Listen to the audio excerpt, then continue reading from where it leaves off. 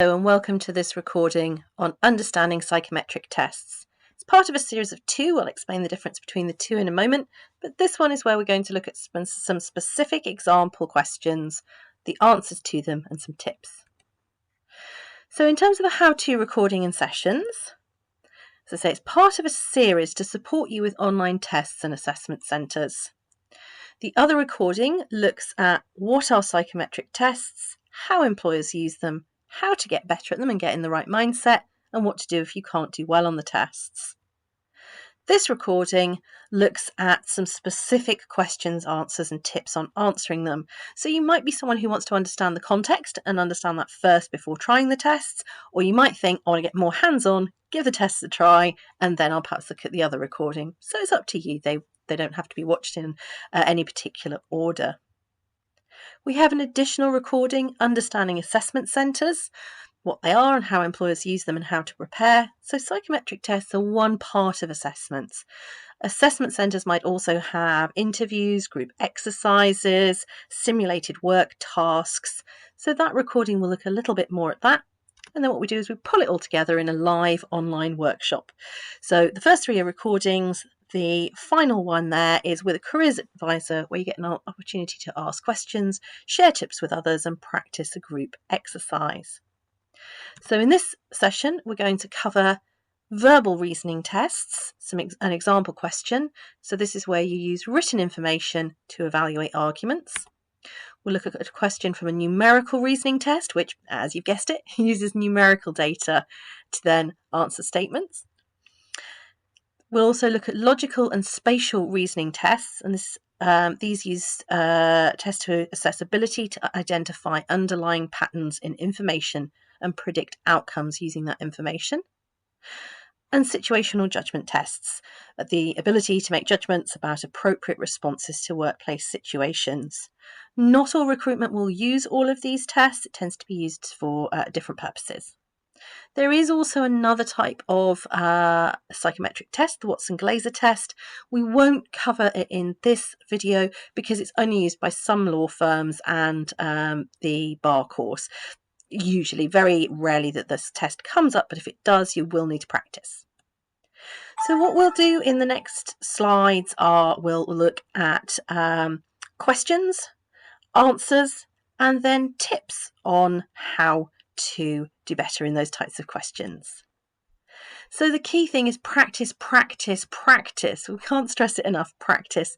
There are specific type of tests that use a specific set of rules. So just make sure you know what to expect and it'll help you prepare. So there's some links there. They'll be available on the slides that go alongside this recording. The first one is within my CareerCentral. It's free to use. The other is a major test provider, SHL, but there are others, and there's some more links on the other page there. As I mentioned, the Watson-Glaser test is a very specific test, but if you are about to take it, then there are practice tests for that. Key thing, first of all, is find out what tests you will be doing. Check the information from the employer. Have they made it clear what tests you need to practice? Do they have practice tests on their website? If they don't, have they said who the test provider is and link to their practice tests? You could use a web search to find top tips on the type of assessment used by that employer. And here's a couple of examples of some websites that might help you. So the key thing is check you're practicing the right type of test. Don't spend ages practicing the logical reasoning test if you're going to be using the verbal reasoning test and vice versa. So here's an example question.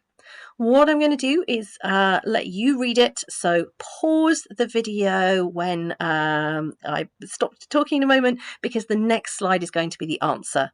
So pause it and take as long as you want to read and work through this question, and then we'll look at the answer on the next slide. So pause now. And hopefully you've paused and had a chance to work through this example. So we'll now look at the answer. So just before we look at the answer, key thing here is you've got a paragraph of information followed by a series of statements, and you had to determine whether, based on the information in this paragraph, the statements are true, false, or cannot say. So now we'll look at the answer. The first statement, people who download unlicensed music tend not to buy legal digital music, is false. You can see where it's highlighted in the text in red here, and it said regular downloaders do spend money on legal digital music. The second statement, the biggest music fans are happy to pay for the music they enjoy, is true.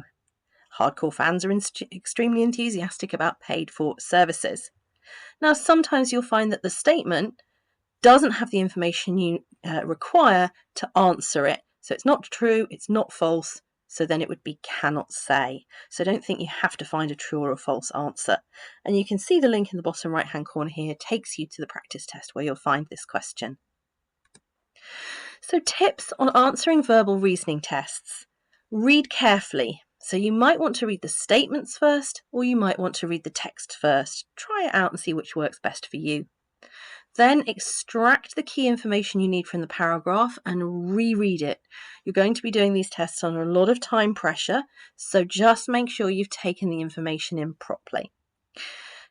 Ignore any information that's irrelevant to the statement, and beware if a statement is not 100% true or 100% false, then the answer is you cannot say. So beware of definitive statements. So if it says some cars are red, many cars are red, cars can be red, this does not equal all cars are red. Check for double negatives. Sometimes they'll use language in that way so to make sure you've read it thoroughly.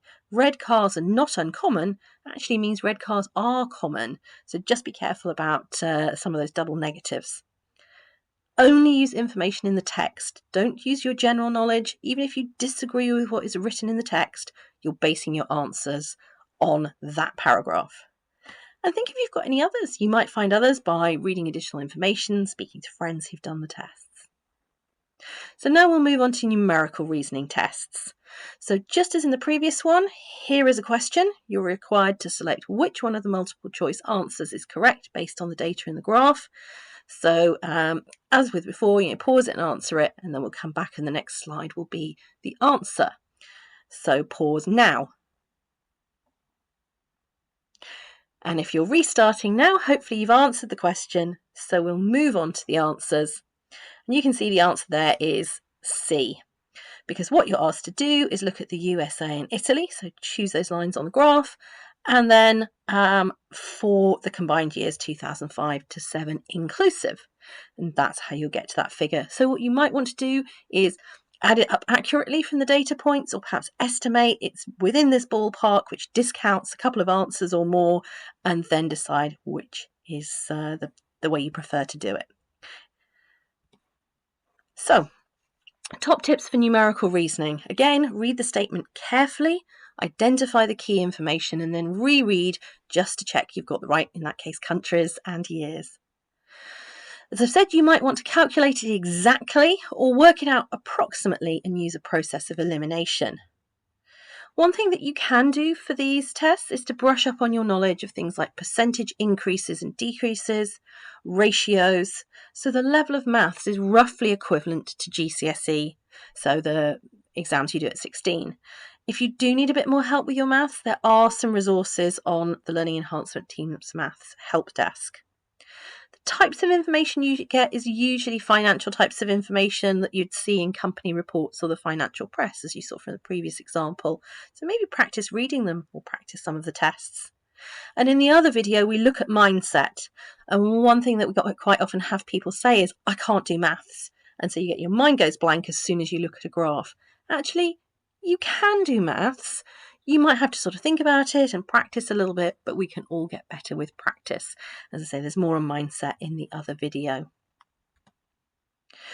So now we're going to look at logical or spatial reasoning tests, which are a series of diagrams made up of different shapes.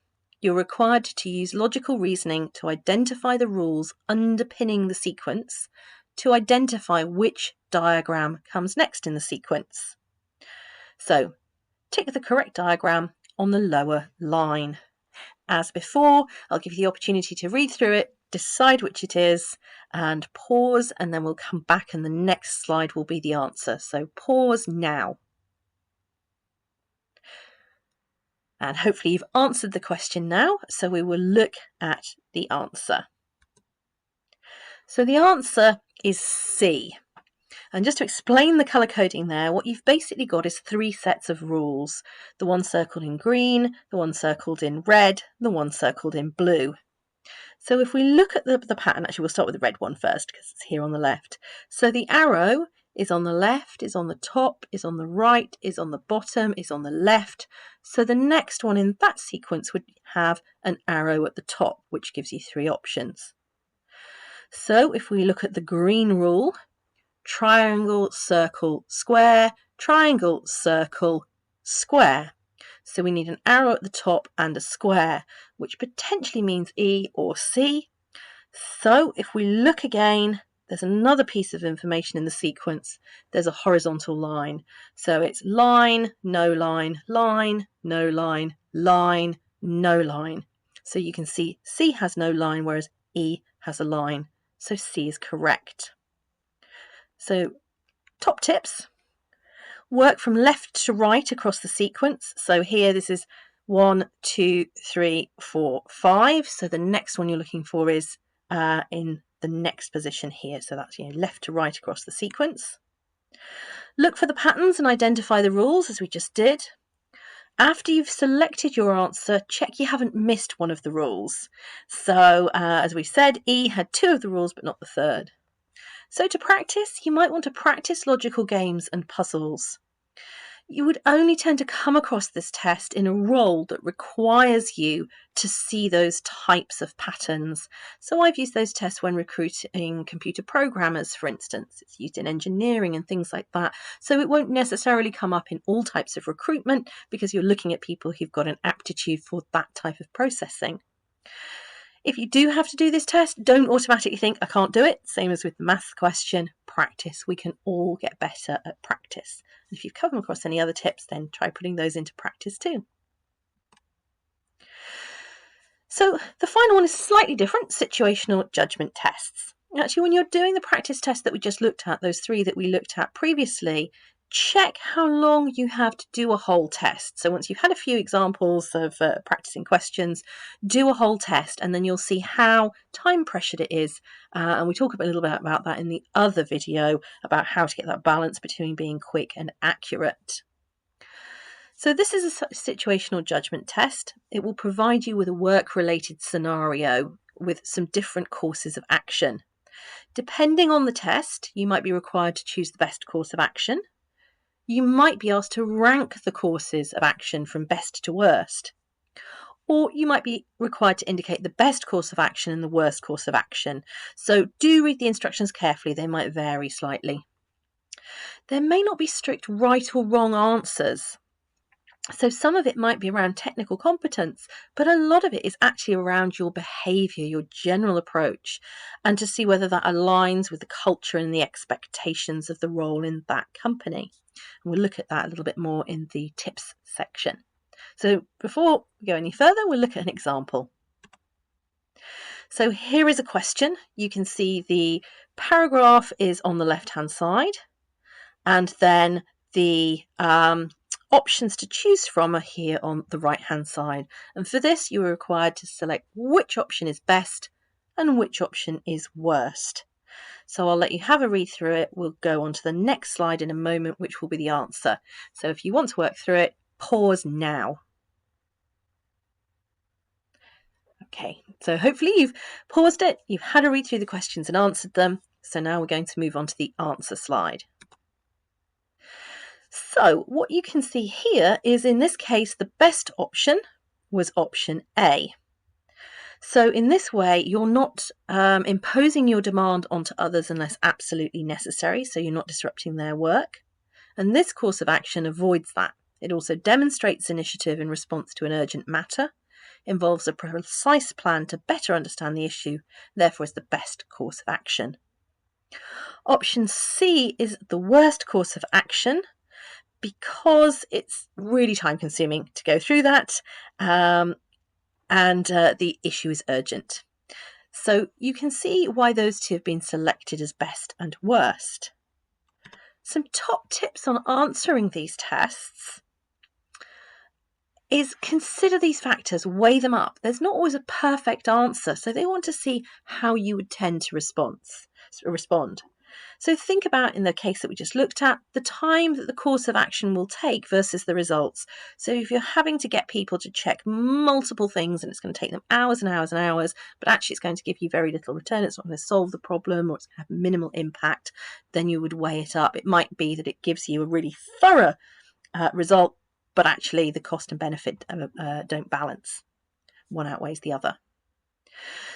Check the level of accuracy the solution requires. If it is just around, if it's kind of a life and death situation, you want it to be as accurate as humanly possible compared to if it's not as much of an impact.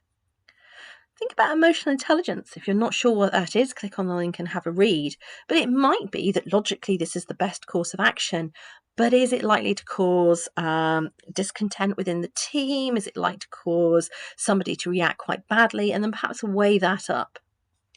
Think about the impact on customer service. How much are customers going to be impacted? What might this mean for further repeat custom from those people? Are you taking ownership of the issue or passing the buck? Usually for graduate schemes, they want someone who can use their initiative and take ownership within reason. And think of the nature of the role and the organisation. So what is important to that organisation? Is it a very customer-driven organisation, or is it a very profit-driven organisation? That might have different implications for how you weigh up cost versus customer service. So think about boosting your commercial awareness. You read case studies, speak to people working in a different range of organisations to see how they approach different circumstances and problem solve to help build up your awareness. You can reflect on your own experiences. They might be in your own work, in academic situations, through group projects, or any other activities. What have you weighed up when you had to decide what course of action to take? Perhaps you could identify your preferred style of working so you know how you tend to work. Then if you're taking the situational judgment test and you're unsuccessful in your application, you might think, well, actually, maybe it just didn't suit my style of working or the culture that I'd like to work in. So don't just assume you've all got to be kind of Alan Sugar apprentice style and that kind of hard-nosed business. Different organisations have different work cultures. And again, we've talked about mindset. Don't just look at it and go, oh, I can't do this. Think it through. Think about the things you need to consider. Read the examples carefully, and that can help you prepare. There's just some additional information here about things that might help you with the tests, particularly with verbal reasoning. Read widely. It increases your vocabulary. All that reading you're doing as part of your academic study will help increase your vocabulary. Think about the nuances of words. For some of those logical reasoning tests, brain training games and puzzles can help. And practice your critical thinking. So each time you read an academic text or hear a news story, really think, what can you tell from the evidence? Is it 100% true? Is it 100% false, or cannot say? And there's just some links here from one of the test providers, which are more around critical thinking and how to develop that further. So just to come to an end, action planning. Take a moment at the end of this recording to consider what stood out for you. What is your next step? Is there anything you need to follow up on? And are there any other related sessions you might need to attend? As I say, we've got the other recording on psychometric tests and another recording on assessment centres, plus the live online workshop with a careers advisor to talk anything through. So you can see circled here, this is our series of how-to workshops, and you can work out where you are on the cycle if there's other workshops you want to participate in. And this is just showing you all the different services and support that's available through CareerCentral. It's all hyperlinked. So I hope you found this useful. Thank you, and I'll end the recording now.